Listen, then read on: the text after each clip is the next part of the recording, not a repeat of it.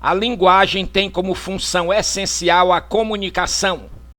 Em seu manual intitulado Mudança Linguística, o linguista brasileiro Mário Eduardo Martelota destacou que as línguas não têm finalidade em si mesmas. Os humanos as desenvolveram para promover a comunicação entre eles. Aristóteles, filósofo grego, já se havia preocupado com a problemática da comunicação do seguinte ângulo: a busca dos meios de comunicação implica a pessoa que fala, quem, o discurso que se pronuncia, o que, e a pessoa que escuta, quem. Em 1934, Carl Birler, filósofo, linguista e psicólogo alemão, em sua obra Teoria da Linguagem, propôs uma trilogia linguística das funções da linguagem: função expressiva ligada ao emissor, função apelativa ligada ao receptor e função representativa ligada à mensagem.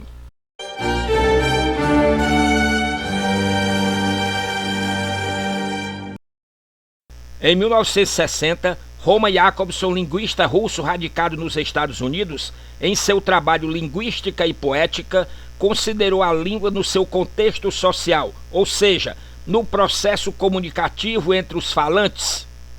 Influenciado por Carl Birler, Roman Jakobson relacionou as funções da linguagem a 6 elementos da comunicação, assim: função emotiva ligada ao emissor, reflete o ânimo do emissor, seus sentimentos, emoções, desejos e sonhos. Predomina o emprego da primeira pessoa do discurso, eu, das interjeições e exclamações. Função conativa ligada ao receptor. Seu objetivo é influenciar o receptor com a intenção de convencê-lo de algo ou dar-lhe ordens. É comum o uso de tu ou você, além do vocativo ou imperativo. É a linguagem dos discursos, sermões e propagandas que se dirigem diretamente ao consumidor. Função poética ligada à mensagem. É característica das obras literárias que possuem como marca a utilização do sentido conotativo de palavras.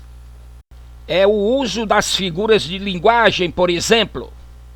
Encontra-se ainda em provérbios, anedotas, trocadilhos, etc.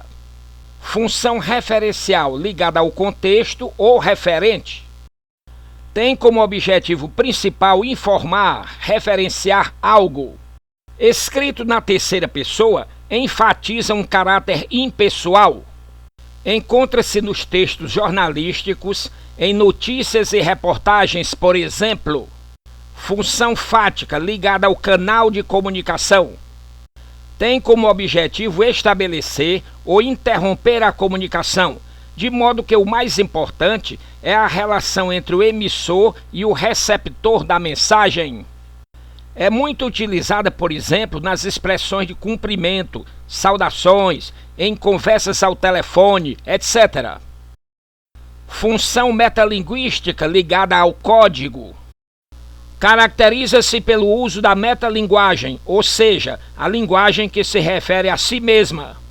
Encontra-se nas gramáticas e nos dicionários.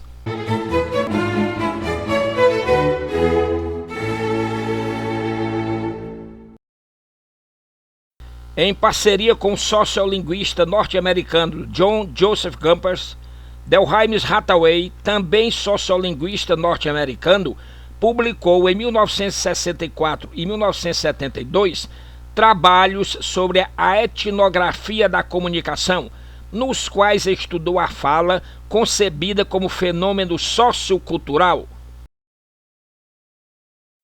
Delhaimes modificou a nomenclatura de algumas funções da linguagem de Roman Jakobson e acrescentou a função contextual, ligada a uma situação representada pela descrição do ambiente físico, pela seleção de padrões e usos em uma dada cultura.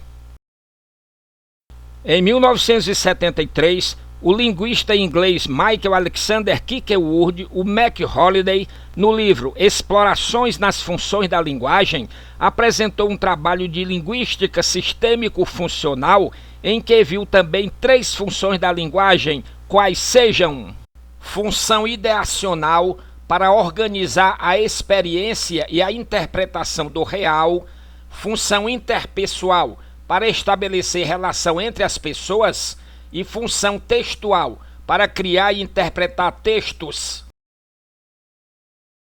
Em 1977, o linguista inglês John Lyons, na obra Semântica, definiu 3 funções da linguagem, denominando-as de função descritiva, referencial; função expressiva, emotiva; função social, comunicativa.